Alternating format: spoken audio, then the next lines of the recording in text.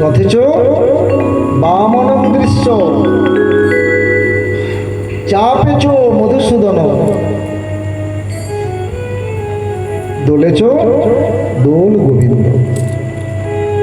রথেচ বামনং দৃশ্য, বামন হাত পা নেই, রথেচ বামনং দৃশ্য অর্থাৎ রথে স্বয়ং প্রভু জগন্নাথদেবকে দর্শন করতে হয়।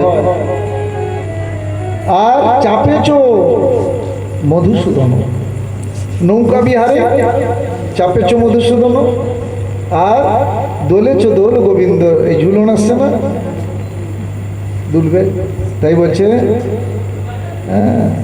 রথেচ বামনং দৃশ্য চাপেচ মধুসূদন আর দোলেচ দোল গোবিন্দ। এই তিনটি উৎসব যে দর্শন করবে পুনর্জন্ম ভবতি, তার পুনর্জন্ম আর বলে এই কেলেঙ্কারি ব্যস্ত আছে এখানে বেশি নেই মা, কতটুকু সুখ এখানে, সুখের কোনো ঠিকানা এখানে নাই। সুখ আছে নিত্য পিতার কাছে, সুখ আছে তার চরণে, সুখ আছে কৃষ্ণ নামে। এই যে তোমরা এইসব বৌড়িরা এসেছো মা, কত প্রলোভন, কত কথা, কত বাধাকে অতিক্রম করে তোমরা এই ভাগবত পাঠে আসতে হয়েছে। এতটা সহজ ব্যাপার নয়, কিন্তু আমি এগুলো খুব জানি, খুব ভালো তো জানি, মানে যে এমনি এমনি পারমিশন পেয়ে গেছে এসেছে তা নয়। অনেক প্রলোভন বাধা বিপত্তিকে লঙ্ঘন করে এই হরিবা আসরে, এই ভাগবত আসরে আসতে হয়েছে। তা আপনাদের প্রতি কৃপা করবে না জগন্নাথ দেব কি আমার প্রতি কৃপা করবে না? অতি অবশ্যই। হ্যাঁ, আপনাদের মধ্যে প্রেম আছে, যেমন পঞ্চামৃত, কটা উপাদানে পঞ্চামৃত হয়? 5টা উপাদান, দধি দুগ্ধ ঘৃত মধু চিনি। কেউ যদি দুধকে শুধু নিয়ে বলে পঞ্চামৃত হবে, 5টা উপাদান মিশ্রণ হলে দধি দুগ্ধ ঘৃত মধু চিনি তবে পঞ্চামৃত হয়। আর পঞ্চগব্য দধি দুগ্ধ ঘৃত গোময় রচনা। তাহলে প্রেমের উপাদান কি? প্রেমের উপাদান কি? বলছে সদ্গুরু সদিচ্ছা আরে সদাচার, এই তিনের মিশ্রণ হয় প্রেমের সঞ্চার। সদ্গুরু, সদ্গুরু কি হবে? গুরু পরম্পরা, তার গুরুদেব আছে কিনা দেখতে হবে, তিনি গুরু স্বীকার করে কিনা দেখতে হবে। গুরু পরম্পরা, তিনি চারি সম্প্রদায়ের অন্তর্ভুক্ত কিনা দেখতে হবে। চারি সম্প্রদায় কি জয় বলে না? শ্রী ব্রহ্ম রুদ্র আর সনব, এই 4টে সম্প্রদায়, শ্রী ব্রহ্ম রুদ্র আর সনব। চারি ধাম কি জয়? 4টে ধাম। পূর্বে প্রভু জগন্নাথ ধাম মানে পুরী ধাম, পশ্চিমে দ্বারকা ধাম, উত্তরে বদ্রী নারায়ণ আর দক্ষিণে রামেশ্বরম, এই 4টি ধাম। তাই গুরু আনুগত্যে ভগবত ভজন, গুরু পরম্পরা। তাহলে তিনি হচ্ছেন সদ্গুরু। সদ্গুরু, সৎ ইচ্ছা, ইচ্ছাটা প্রবল থাকা উচিত যে আমি হরিভজন করব। প্রভু আমি তোমাকে ভালোবাসতে চাই, তুমি কি আমায় ভালোবাসতে দেবে? এটা বলো, এর নাম সৎ ইচ্ছা। দোহাই দিয়ে তো রেহাই পাওয়া যায় না। কাকে দোহাই দিচ্ছ? কাকে সময় তুমি দেখাচ্ছ? কাকে তুমি দোহাই দিচ্ছ? আমার সময় নেই, সময় হচ্ছে না, মরণের সময় বলবে আমার সময় নাই, এখন আমি কি করে যাই? এগুলো সব মিথ্যে কথা। কার সাথে চালাকি করছো? কার সাথে প্রলোভিত করছো? কার সঙ্গে? তাই ভগবানে যদি সময় ইনভেস্ট করো, মানে জমা রাখো, এই যে এসেছো না, এটা ভগবানে ইনভেস্ট হচ্ছে সময়, এইটুকু, এই সময়টা তুমি চতুর্গুণ রূপে ফিরে পাবে, সব ব্যাকফিট হবে। অসৎসঙ্গ করবে তো তুমি সেটা ব্যাকফিট পাবে, আর সৎসঙ্গ করবে তো সেটা পাবে। ভারতবর্ষে এমন পবিত্র যে এখানে সব কিছু ফেরত পাবে, ভাবার কিছু নেই। তাই পূর্ণ করে বলতে নেই কি ব্যাপার তুই আজকে আমাকে গালাগালি দিচ্ছি, মনে নেই? সেই ভাসুরের জ্বর হয়েছিল, তোকে 2000 টাকা ধার দিয়েছিলাম। বলে রাধে রাধে। বলে তুমি যে পুণ্য করেছিস গেল। আর পাপ করে অপরাধ করে যদি বলো জানো তো আমি অনেক অপরাধ পাপ করেছি, বলে পাপটা ডিলিট হয়ে গেল। বলো রাধে রাধে। পুণ্য করে যদি বলো পুণ্যটা তোমার শেষ হয়ে গেল, আর পাপ করে যদি বলো পাপটাও তোমার ডিলিট হয়ে গেল। তাহলে পাপ করে বলতে হয়, পুণ্য করে বলতে নাই। আর সৎ ইচ্ছা, সদ্গুরু এক, আর সদ ইচ্ছা 2, আর সদাচার। সদাচার করতে হবে।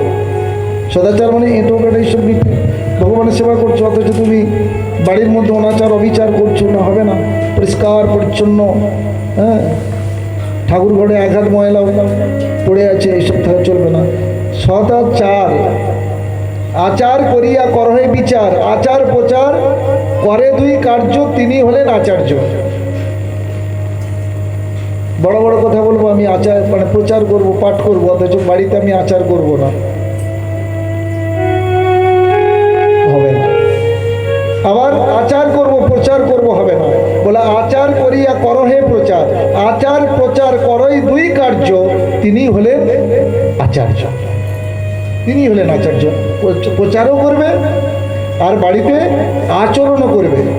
তাই প্রেম বিনা নাহি মিলে নন্দলালায়। সেই প্রেমের উপাদান 3টি। আবার বলছি কি কি 3টি? সদ্গুরু, সদিচ্ছা আর সদাচার। সেনে সদ্গুরুর আনুগত্যে ভগবত ভজন করতে হবে।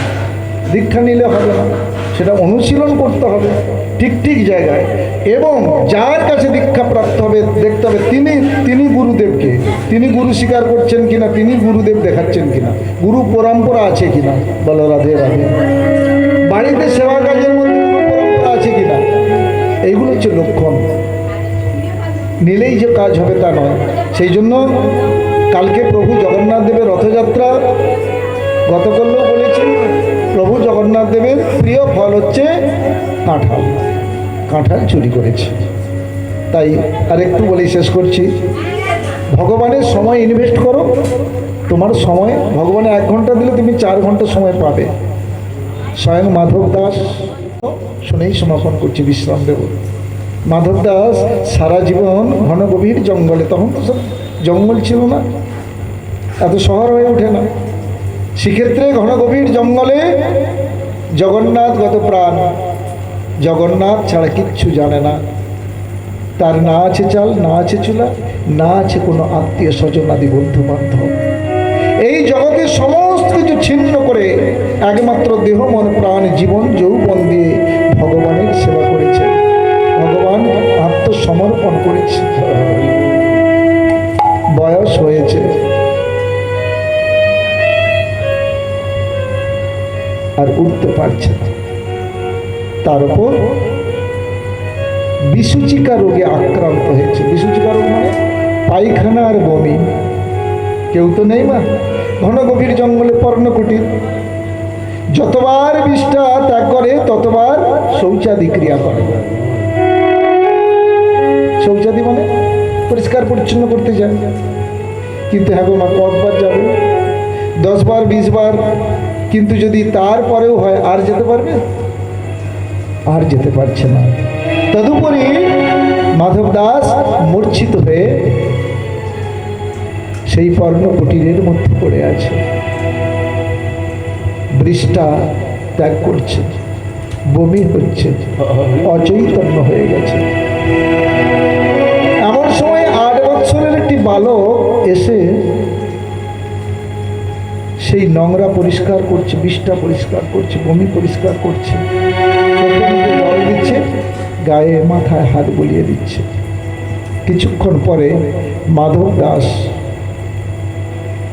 জ্ঞান ফিরে পেল। চেয়ে দেখলেন একটি অপূর্ব 8ম বর্ষীয় বালক। কি? কে তুমি? কে? কে তুমি? বলো বলো, কে তুমি? আমি যে তোমার আপন। কে তুমি কাছে আছো তবু জানি না আছো কোনখানে। কে তুমি কাছে আছো তবু জানি না আছো কোনখানে। কে তুমি কাছে আছো তবু জানি না আছো কোনখানে। যে কথা বলো তাই শুনে যাই, যে কথা বলো তাই শুনে যাই। বুঝি না তবু কানে, বুঝি না তবু কানে। কে তুমি কাছে আছো তবু জানি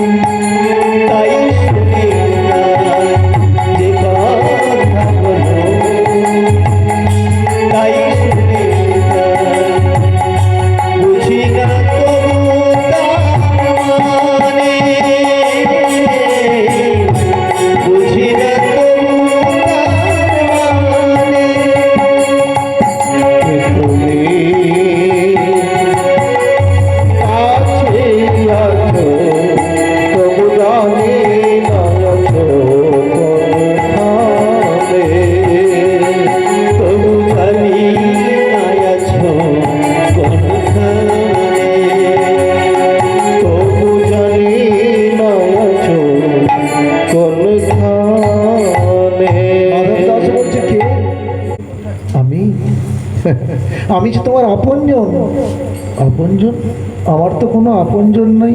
বাবা বাবা, আমি তোমার আপনজন নই? সারা জীবন তুমি আমায় দিয়েছো, তা আমি দেখবো না তো কে দেখবে? আমি সেই তোমার আরাধ্য, আমি জগন্নাথ।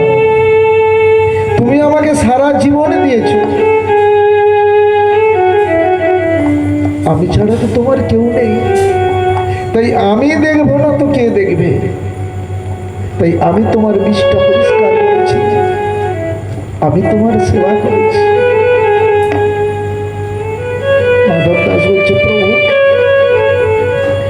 যে চরণে সচন্দন তুলসী দিতে করে কেঁপে উঠে, কত মনি ঋষি যোগী ব্রহ্মাদি দেবতাগণ, কত শত পার্থিব জগতের সমস্ত সুখ স্বাচ্ছন্দ্য বিসর্জন দিয়ে রণে বনে জঙ্গলে পর্বত কন্দরে একটু দর্শন পাওয়ার জন্য আজন্ম সাধনা করে। আর সেই জগতের নাম জগন্নাথ। আপনি আমার এই বিষটা পরিষ্কার করছেন। ছি ছি, আমার কেন মৃত্যু হলো না? মাধব, ও কথা বলতে নাই। আচ্ছা প্রভু, আপনার একটি আখির পলকে এমন অনন্ত কোটি ব্রহ্মাণ্ড সৃষ্টি হতে পারে, একটি ভ্রুকুটিতে এমন অনন্ত কোটি ব্রহ্মাণ্ড প্রলয় হতে পারে। আচ্ছা, আপনি ইচ্ছা করলেই তো আমার পায়খানাটা থামিয়ে দিতে পারতেন, তাহলে তো আমাকে এই দৃশ্যটা দেখতে হতো না, নোংরা হাঁটতে হতো না তোমার। প্রভু জগন্নাথ রূপী বালক বলছে, তা পারতাম, আমি পারতাম, পারি, কিন্তু মাধব, আমার তো সবাই সেবা করে, পুজো করে, আরাধনা করে, ভালোবাসে। আমারও তো ইচ্ছা যাকে ভক্তের সেবা করতে, তাই তোমার সেবা করার জন্যই আমার এই অভিপ্রায়, অভিলাষ, এই লীলা অভিনয়। বলো না গো রাধে রাধে রাধে রাধে। তাই ভগবানের সময় ইনভেস্ট করো, এই জগতে কেউ দেখবে না। সময়ে থাকিতে আপনার পথে আপনি চলরে মন, ভীষণ সংসারে যন্ত্রণাময়। এখানে পারমার্থ কিছু নাই, সংসার সংসার করে গেল সারাটা জীবন, তবু না পাইলি সংসারের মন। এখানে কোনো ভালোবাসা নেই। ভালোবাসা একমাত্র মানুষ, ভালোবাসার একমাত্র মর্যাদা জানে, বুঝবে, কদর মর্যাদা দেবে আমার প্রাণনা প্রভু জগন্নাথ। তার কাছে যে ফিরে যেতে হবে আমায়, আমাদের প্রত্যেকে তার কাছে ফিরে যেতে হবে। নিত্য পিতা, তিনি নিত্য স্বামী, তিনি আমাকে প্রকৃত ভালোবাসে। তিনির ভালোবাসায় আমার রূপ দেখে না, আমার যৌবন দেখে না, আমার অর্থ দেখে না, আমার বৈভব দেখে না, আমার সম্পত্তি দেখে না, দেখে শুধু আমার মন, আমার ভালোবাসা, আমার প্রীতি, আমার উৎকণ্ঠা, আমার আকুলতা, আমার ব্যাকুলতা, আমার প্রেমার্থী, আমার প্রেমাশ্রু। এই প্রেমাশ্রু দিয়েই ভগবানের সেবা করে ভগবানকে পাওয়া যায়। তাই সবাই কাল চলে আসবেন, যাদের